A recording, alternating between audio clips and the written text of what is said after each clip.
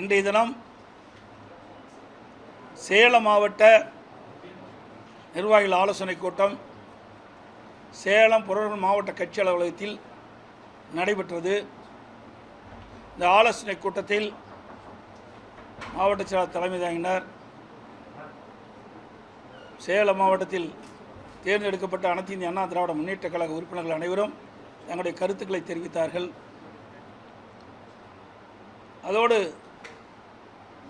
2011 2026 வரை சட்டமன்ற பொதுத் தேர்தலில் அனைத்து இந்திய அண்ணா திராவிட முன்னேற்ற கழகம் அதிக இடங்களில் வெற்றி பெற்று சேலம் மாவட்டம் அனைத்து இந்திய அண்ணா திராவிட முன்னேற்ற கழகத்துடைய கோட்டையாக விளங்கிக் கொண்டிருக்கின்றன என்பதை இந்த நேரத்தில் தெரிவிக்க விரும்புகின்றேன். சேலம் புறநகர் மாவட்டத்தை பொறுத்த வரைக்கும் 8 சட்டமன்ற தொகுதி இருக்கின்றன. அதில் 7 சட்டமன்ற தொகுதி வெற்றி பெற்றது. ஒரு சட்டமன்ற தொகுதி குறைந்த வாக்கு வித்தியாசத்திலே வெற்றி வாய்ப்பு இழந்திருக்கின்றோம். இருந்தாலும் தமிழகம் முழுவதும் அனைத்து இந்திய அண்ணா திராவிட முன்னேற்ற கழக கட்சி சார்பாக போட்டியிட்ட வேட்பாளர்கள் 47 இடங்களில் வெற்றி பெற்றிருக்கின்றோம்.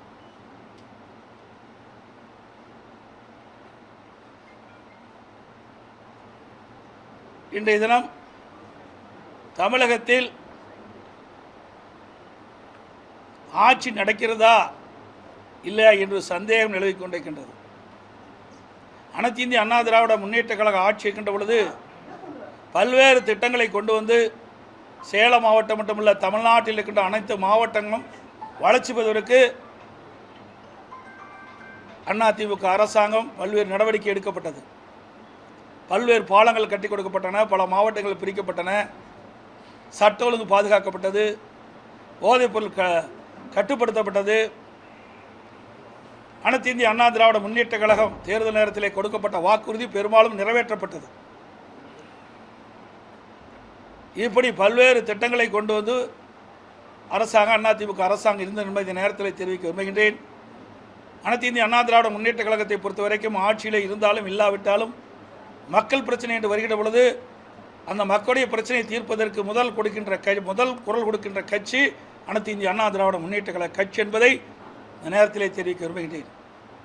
அதோடு காவிரி நதிநீர் பிரச்சனை 50 ஆண்டு காலம் தீர்க்க முடியாத பிரச்சனை.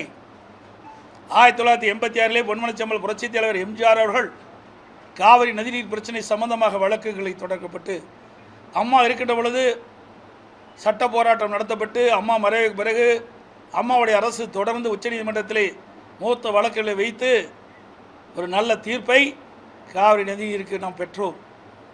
விவசாயிகள் வயிற்றிலே பாலை வாத்தோம். ஆண்டுக்கு 177.25 டிஎம்சி தண்ணீர் கர்நாடக அரசு கர்நாடக அணையிலிருந்து தமிழ்நாட்டுக்கு திறந்து விட வேண்டும் என்ற தீர்ப்பை பெற்ற அரசு அனைத்து இந்திய அண்ணா திராவிட முன்னேற்ற கழக அரசு. இன்றைக்கு அதுக்கு எதிராக குந்தகம் ஏற்படுமோ என்ற அச்சம் இப்பொழுது விவசாயிகளிடத்தில் நிலவிக் கொண்டிருக்கின்றது. அண்மையிலே புதிதாக தேர்ந்தெடுக்கப்பட்ட தமிழக வெற்றி கழகம் அரசாங்கம் டிவிக்கு அரசாங்கம் மேகதாது அணை கட்டுவது குறித்து தீர்மானம் கொண்டு வந்தார்கள், தனி தீர்மானம். அதிலே நடுவர் மன்றம் அமைக்கப்படும் என்ற ஒரு அறிவிப்பை வெளியிட்டிருக்கின்றார்கள். ஏற்கனவே உச்சநீதிமன்றம் தெளிவான தீர்ப்பை கொடுத்திருக்கின்றது. 15 ஆண்டுகளுக்கு அந்த தீர்ப்பு தொடரும் என்று அறிவித்திருக்கின்றார்கள். கீழ்ப்படுகை மாநிலத்துடைய அனுமதி இல்லாமல் மேல் படுகையில் இருக்கின்ற மாநிலம் எந்த ஒரு கட்டுமானத்தையும் காவிரி ஆற்றிலே செயல்படுத்தக்கூடாது என்று தீர்ப்பை கொடுத்திருக்கின்றது. அதோடு காவிரி நதிநீர் பாசனம் பெறுகின்ற மாநிலங்கள் பாதிக்காத அளவிற்கு ஒரு நல்ல தீர்ப்பை உச்சநீதிமன்றம் வழங்கியிருக்கின்றது. அந்த தீர்ப்பிலே காவிரி நதிநீரை தடுக்கவோ தேக்கவோ திருப்பி அனுப்பவோ கூடாது என்ற தீர்ப்பை கொடுத்திருக்கின்றது. அப்படி இருக்கின்ற பொழுது நடுவர் மன்றம் தேவையற்றது. ஒரு குழப்பத்தை ஏற்படுகின்ற விதமாக புதிய அரசாங்கம் இதை அறிவித்திருக்கின்றது. விவசாயிடத்திலே மிக கொந்தளிப்பை ஏற்படுத்தியிருக்கின்றது. குறிப்பாக டெல்டா மாவட்ட விவசாயிகளிடத்திலே மிகப்பெரிய அச்சம் ஏற்பட்டிருக்கின்றது. இன்றைக்கு ஊடகத்தின் வாயிலாக பார்த்தேன், தமிழகத்தில் இருக்கின்ற முக்கிய விவசாய சங்க தலைவர்கள் நடுவர் மன்றத்தை பற்றி குறிப்பிட்டு பேசியிருக்கின்றார்கள். நடுவர் மன்றம் தேவையற்றது என்று. நானும் சட்டமன்றத்திலே இதை வலியுறுத்தி பேசியிருக்கின்றேன். என்னை போல கம்யூனிஸ்ட் கட்சிகளும் மற்ற கட்சிகளும் இந்த நடுவர் மன்றம் தேவையற்றது என்று சட்டமன்றத்தில் வலியுறுத்தியிருக்கிறார் என்பதை இந்த நேரத்தில் தெரிவிக்க விரும்புகின்றேன்.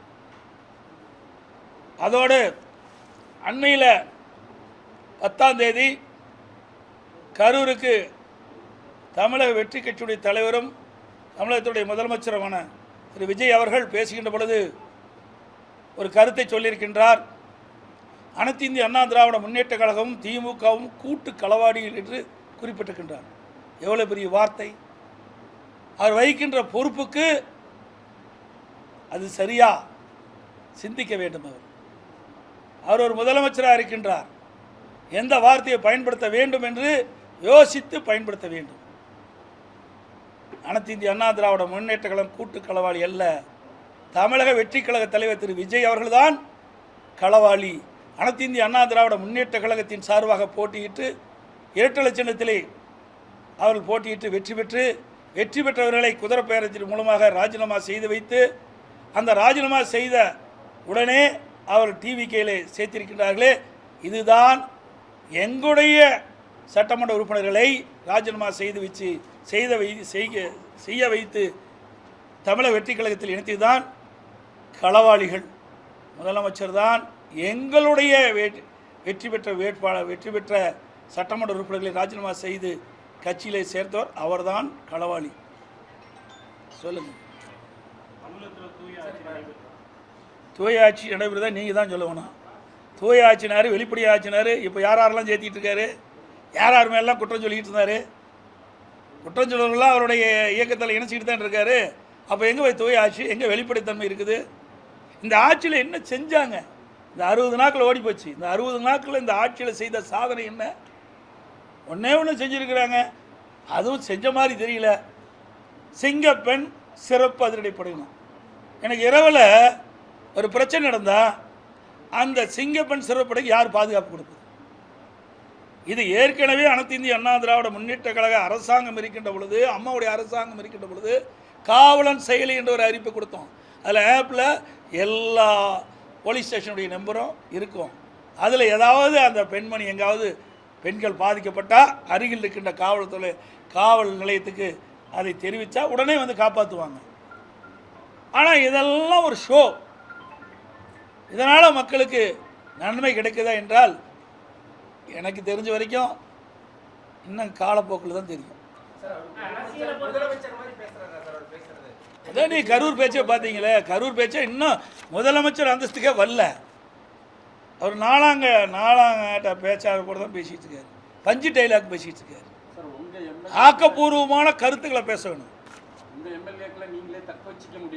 தக்க வைக்கிறது இல்லைங்க, தக்க வைக்கிறதுங்கிறத தவறானது. ஒரு கட்சியில் வெற்றி பெற்ற பிறகு இதுவரைக்கும் தமிழக வரலாறு இப்படிப்பட்ட நிலைமை இல்லை. இதுதான் முதல் நடக்குது. ஏன் இன்னும் சொல்ல போனால் நிறைய ஓப்பனாக பேச முடியாது.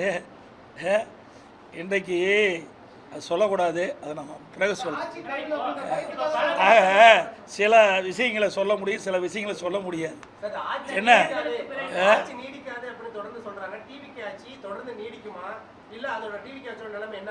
அதான் நான் ஏற்கனவே சொன்னேன். இப்போ ஸ்டாண்ட் இருக்குது, அந்த 3 ஸ்டாண்டு 3 காலும் சரியாக இருந்தால் தான் அந்த ஸ்டாண்டு நின்று நீங்கள் தொலைக்காட்சி சரியாக இயக்க முடியும்.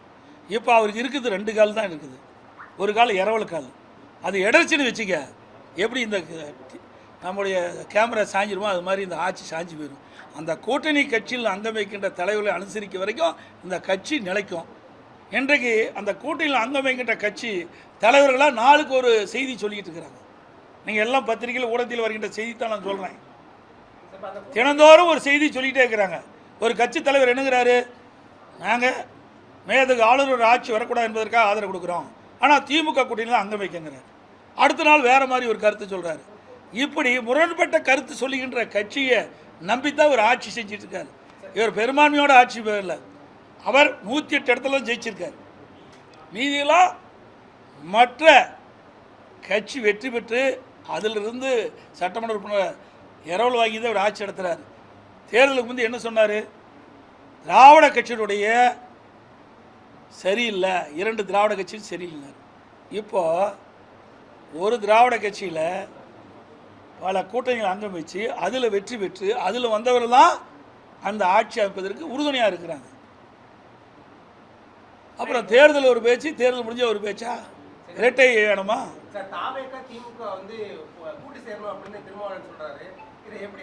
இது அவருடைய கருத்து. தான் தினந்தோறும் ஒரு கருத்து சொல்லிட்டு இருக்காரு. எந்த கருத்தை எடுத்துக்கிறது அப்படின்னு ஒரு கட்டுக்கதையை கட்டி விட்டுருக்குறாங்க. அதாவது எங்களை பொறுத்த வரைக்கும் அனைத்து இந்திய அண்ணா திராவிட முன்னேற்ற கழகத்தை பொறுத்த வரைக்கும் நாங்கள் சொல்லிக்கின்ற கருத்து தான் எங்களுடைய கருத்து. மற்றவருடைய கருத்தெல்லாம் இணைக்கக்கூடாது. புரிஞ்சுக்கிட்டீங்களா? ஒவ்வொருவருக்கும் ஒரு கருத்து இருக்குது. எங்களை பொறுத்த வரைக்கும் அனைத்து இந்திய அண்ணா திராவிட முன்னேற்ற கழகத்தை பொறுத்து உங்களுக்கு தெரியும். பொன்மனச்செம்மல் புரட்சித் தலைவர் எம்ஜிஆர் இந்த இயக்கத்தை துவங்கின்ற பொழுது தீய சக்தி திமுக என்று சொல்லி தான் தொடங்கினாங்க.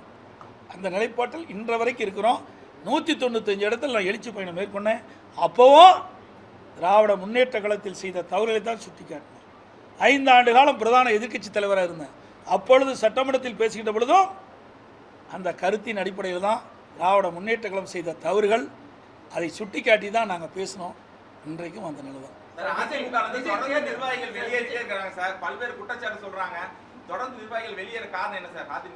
ஏங்க வெளியேற காரணம்னா அவையில் தான் கேட்கணும். இதான் இங்கே இருக்கிறாங்க, எல்லா வெளியே இங்கே இருக்கிறோம், எல்லா கருத்தும் இருக்குது.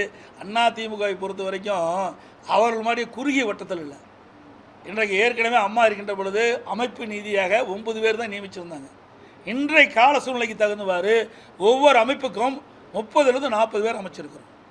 30லிருந்து 40 பேர் பொறுப்பாளராக இருக்கிறாங்க. அதில் 1-2 வெளியே இருக்கின்ற பொழுது பத்திரிகையிலையும் ஊடகத்திலையும் நாள்தோறும் வெளியேறான்னு செய்தி வெளியிட்டால் நாங்கள் என்ன செய்வது?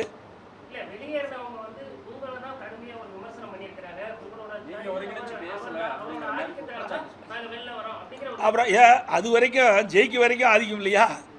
ஆட்சி அமைக்கலைன்னா எப்படி வேணால் கருத்து சொல்லலாம். இவர்கள் ஆதரித்து பேசணும்ல, இவருடைய மாவட்டத்துக்கு போனோம்ல, அப்போல்லாம் ஏன் பேசலை? அவருடைய என்ன பேராசை. இன்றைக்கு வேறு இடத்துக்கு போனால் மந்திரி பதவி கிடைக்கணும் ஆசைப்பட்டாங்க. அவர் பெரிய அண்டாவில் அல்வாக கிண்டி கொடுத்துட்டு போயிட்டார்.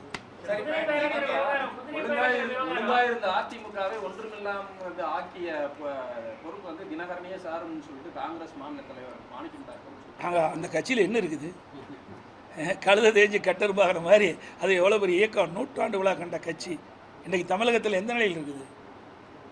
அவர் பேசுகிறாரு, ஏதோ புதுசாக வந்திருக்கிறாரு, ஏதாவது பேசி விறுவிறுப்பான செய்தி வெளிவரணுங்கிறதுக்காக அந்த கருத்தை அவர் சொல்லியிருக்கிறார். காங்கிரஸ் நிலைமை பரிதாபமான நிலைமை. இப்போ தனியாகவே ஜெயித்தாங்க, திமுக ஆதரோடு போட்டிட்டாங்க, பல கட்சியில் ஒன்றாக சேர்ந்தது, அப்போ ஜெயித்தாங்க. அப்போ கூட என்ன சொன்னார்?